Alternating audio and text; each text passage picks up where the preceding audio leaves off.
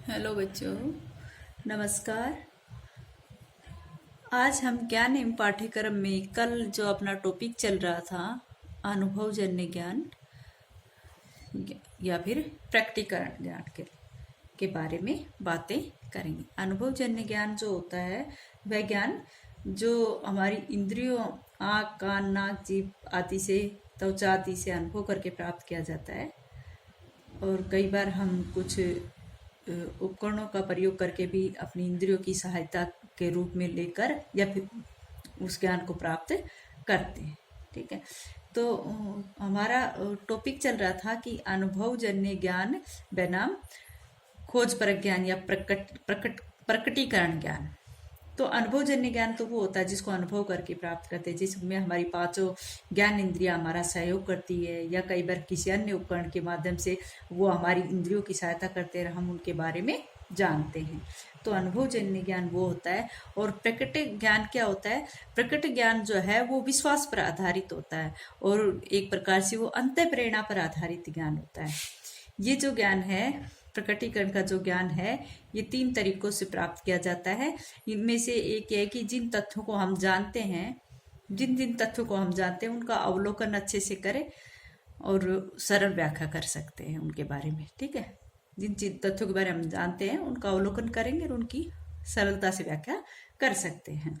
और यही कारण है कि हमें जो विश्वास है कि ये जो संसार दिखाई देता है इसका अस्तित्व क्या है, तो हम उसमें अवलोकन करेंगे और फिर कुछ तथ्य प्राप्त करेंगे। तो तथ्य ये कि जो संसार हमें आश्चर्यचकित कर सकता है, वो उसके अन्य तथ्य जो हैं वो ही इस संसार की हमारी इच्छाओं का प्रत्यक्ष परिणाम हमें देगा। ठीक है भाई, ठीक है। तो इस तरह से तथ्यात्मक ज्ञान जो होता है वो प्रकटीकरण ज्ञान के अंतर्गत आता है। ठीक है, तो यहाँ पर हम कह सकते हैं कि जो जो प्रकटीकरण या खोजपरक ज्ञान है वो विश्वास पर या अंतःप्रेरणा पर आधारित है। तो पहली प्रकार हम इनमें आपस में तुलनात्मक अध्ययन चल रहा था हमारा। एक साइड में हमारा था अनुभवजन्य ज्ञान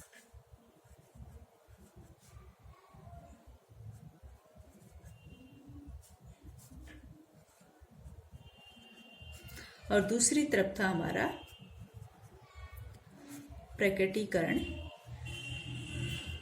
ज्ञान। ठीक है, तो ये एक प्रकार से हम इनका तुलनात्मक अध्ययन चल रहे थे। मेन मेन बातें मैं यहाँ पर बता रही थी, बाकी तो मैं डिटेल्स आपके नोट्सों के माध्यम से आपके पास भेज दूंगी। तो पहला डिफरेंस इनमें था कि जो अनुभवजन्य ज्ञान है वो भौतिक इंद्रियों द्वारा प्राप्त किया जा सकता है। जो भी भौतिक इंद्रियां, आंख, नाक, कान, इस तरह से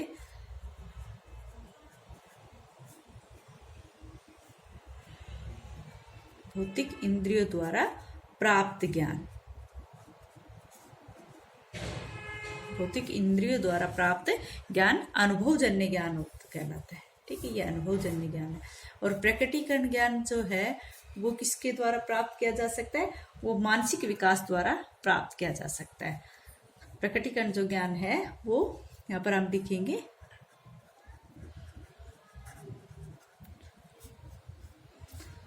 मानसिक विकास द्वारा, मानसिक विकास द्वारा। प्रकटीकरण ज्ञान जो है इसमें वह ज्ञान सम्मिलित है जो व्यक्ति के मानसिक विकास के द्वारा प्राप्त किया जाता है, मेंटली ग्रोथ के द्वारा प्राप्त किया जा सकता है।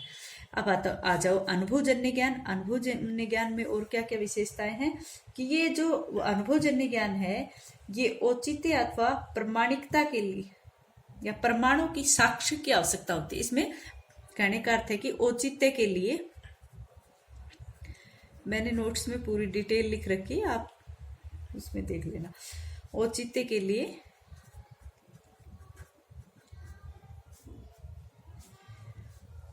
प्रमाणों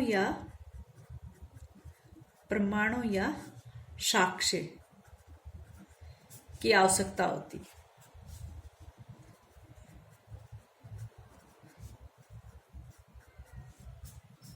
आवश्यकता होती है।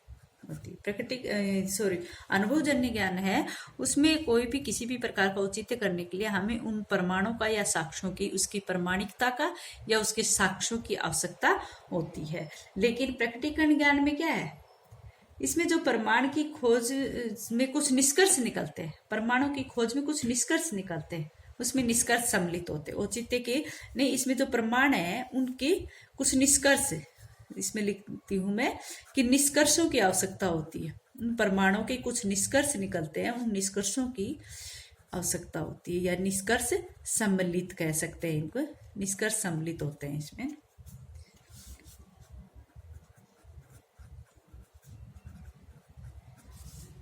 नेक्स्ट जो है, ये जो ज्ञान है कौन सा वाला, अनुभवजन्य ज्ञान। अनुभवजन्य ज्ञान जो है वो वैज्ञानिक ज्ञान कहलाता है।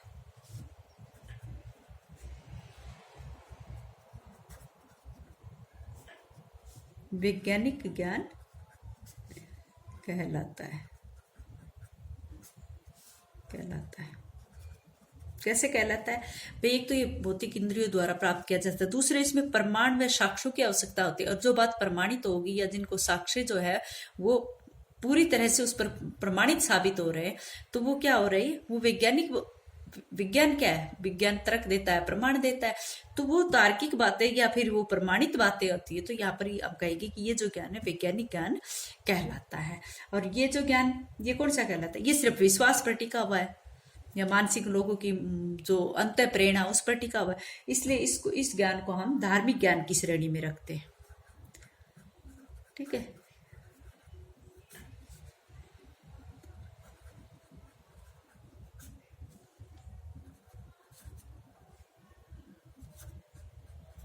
धार्मिक ज्ञान की प्राप्ति होती। ठीक है,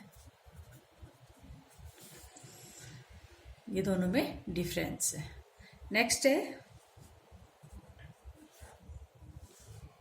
ये जो ज्ञान है अनुभवजन्य ज्ञान जो है, ये एक बात को स्वीकार करता है कि ये जो अप्रत्यक्ष अनुभव है वो भी वैध तथा वस्तुनिष्ठ होने चाहिए। जो अप्रत्यक्ष, जैसे कान से सुनना और नाक से सूंघना, जो अप्रत्यक्ष बातें हैं उनको भी, उनका जो अनुभव है उसको वैध और वस्तुनिष्ठ मानता है। ठीक है, अनुभवजन्य ज्ञान जो है वो अनुभव को, अप्रत्यक्ष अनुभव को कहने का अर्थ ये है कि अप्रत्यक्ष अनुभव को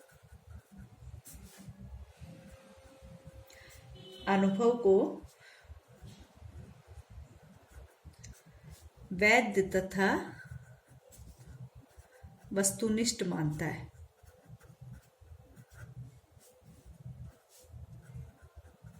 वस्तुनिष्ठ मानता है। और धार्मिक ज्ञान जो है वो,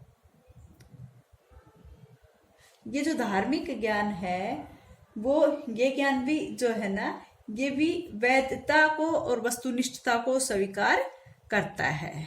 ठीक है, वो तो अप्रत्यक्षता को, अप्रत्यक्ष अनुभव को भी वैध तथा, और ये जो है ये ज्ञान जो है ये अनुभव की वैधता, ये अप्रत्यक्ष अनुभव को और वो अनुभव की वैधता, दोनों में अंतर है बेटा। देखो, ये तो कह रहा है अप्रत्यक्ष अनुभव को वैध और वस्तुनिष्ठ मानता है, और ये अनुभव की वैधता तथा वस्तुनिष्ठता को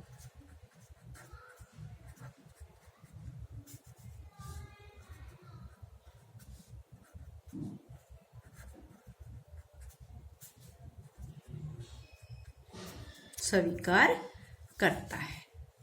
सही है ना। नेक्स्ट है, ये अप्रत्यक्ष अनुभव को, यहाँ पर ये अंतर देखना कि ये तो अप्रत्यक्ष अनुभव को मान रहा है और ये अनुभव की वैधता को। ठीक है, ये तो अप्रत्यक्ष अनुभव को भी, भाई इसमें अनुभवजन्य तो अनुभव करने वाला ज्ञान है, लेकिन जो अप्रत्यक्ष है ना उसको भी वो उस अप्रत्यक्ष अनुभव को भी वैध तथा वस्तुनिष्ठ मानता है, लेकिन ये सिर्फ अनुभव की वैधता तथा वस्तुनिष्ठता को स्वीकार करता है। ठीक है, नेक्स्ट है यहाँ पर, अनुभवजन्य ज्ञान में विश्वास है, इसीलिए भौतिक इंद्रिया, प्रमाणिकता, वैज्ञानिकता, ये क्या है, विश्वास है। इस ज्ञान में, अनुभवजन्य ज्ञान में विश्वास निहित है, निहित है। इसमें तो विश्वास निहित है और इसमें प्रेरणा निहित है। एक प्रकार की हम कहें कि प्रेरणा या फिर अंतः प्रेरणा धार्मिक प्रेरणा की, धार्मिक ज्ञान की बात आ जाती तो अंतः प्रेरणा या अंतः प्रेरणा निहित है। ठीक है। ये जो अनुभवजन्य ज्ञान है उसमें तो भौतिक इंद्रिया जो भी अनुभव कर रही है, जो भी औचित्य के जो प्रमाण या साक्ष्य हमें मिल रहे हैं, या फिर वो जो वैज्ञानिकता ज्ञान तार्किकता या प्रमाणिकता जो मिल रही है, वो सब विश्वास करने लायक है और वो उसमें विश्वास निहित है।